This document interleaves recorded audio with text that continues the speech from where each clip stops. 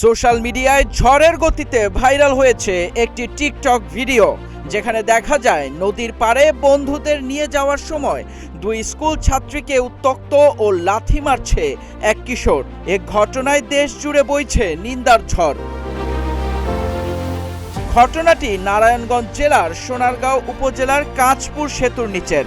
ভুক্তভোগী দুই শিক্ষার্থী কাঁচপুর ওমর আলী উচ্চ বিদ্যালয়ের সপ্তম শ্রেণীর ছাত্রী।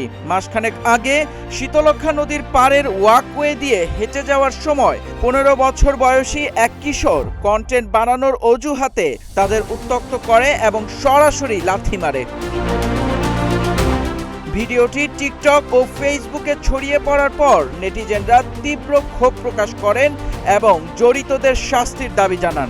জানা গেছে, ভিডিও ছড়িয়ে পড়ার পর স্থানীয়দের উদ্যোগে অভিযুক্ত কিশোরকে শনাক্ত করে সালিশি বৈঠকের মাধ্যমে সতর্ক করা হয়েছে। ভুক্তভোগী পরিবার আইনি ঝামেলায় জড়াতে না চাওয়ায় থানায় কোনো লিখিত অভিযোগ দায়ের করেনি।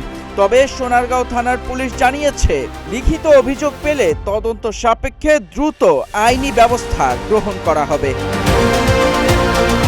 মেহেদী ইসলাম সোহাগ, গ্রিন টিভি ডিজিটাল।